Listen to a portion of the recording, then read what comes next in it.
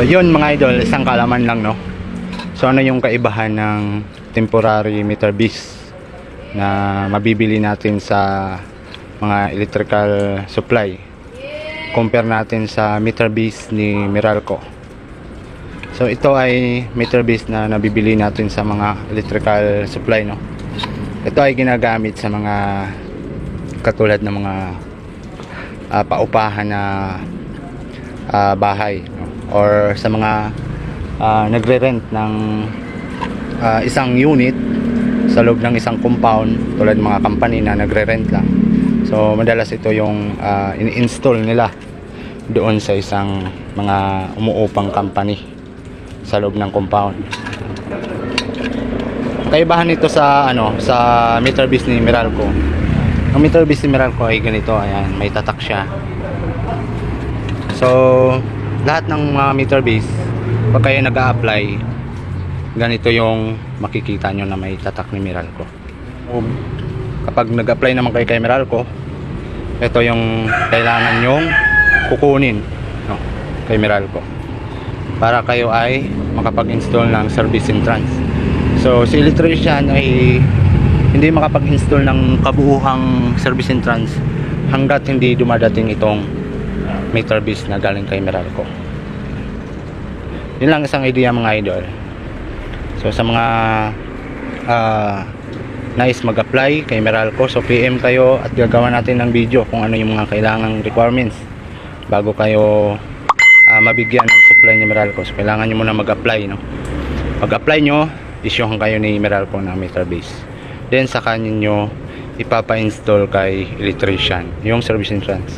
Pagkatapos ng installation na ganito, so inspeksyonin niya ni Meralco kung nasa tamang installation, tapos saka yan na-aprobahan kung good yung installation, yan kakapitan na kayo ng power supply. Pero kung may mga naman yan, meron silang mga hindi nasunod doon sa binigay nilang instruction or doon sa yellow card, so maaari yang i-reject. Then papakita naman sa inyo kung ano yung kulang, so sa kanyo naman siya ipapagawa kung ano yung kulang. So ganito ang setup. So nag-elbow, so hindi binubutasan. Meron namang ibang service provider ni Meralco na gumagamit ng nipple, binubutasan dito. Gagamit lang kayo ng water type adapter, no? Tapos ito naman dito sa area na to ay ito naman yung pinapa-install ni service provider. Ayan. So hindi binubutasan yung NEMA, ilalim pinadaan yung power, no? Ilalim ng NEMA 3R. Ayan. So magkaiba-iba yung idea ng bawat service provider, kaya lahat ng mga installation ay kung makapaghusga kayo ay alam nyo yung sistema. So magkaiba-iba yung sistema ng service entrance installation. Kasi merong iba nagko-comment sa isang video ko bakit binutasan daw. So binutasan namin yun, pero ang sabi ni service provider sa amin, pwedeng butasan yan basta gumamit kayo ng tamang fittings. So gumamit kami ng nipple at saka watertight na adapter. Yun lang, approval agad, goods agad kay Meralco.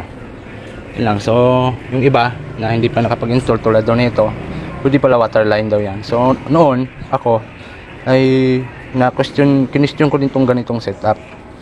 So bakit ganyan? Kasi yung madalas kasing in-install namin dati is yung nipple, binubutasan yung NEMA 3R. So ito dati hindi pa ako nakapag-install nito. So kini-question ko pa to, bakit ganyan kaya? Ano kayong dahilan? So ngayon alam ko na kung bakit ganyan yung setup. So iba-iba, no? Iba-iba yung inspector natin, iba-iba yung service provider natin, anong gusto nilang installation. So yun lang mga idol, good day, follow for more for the next video.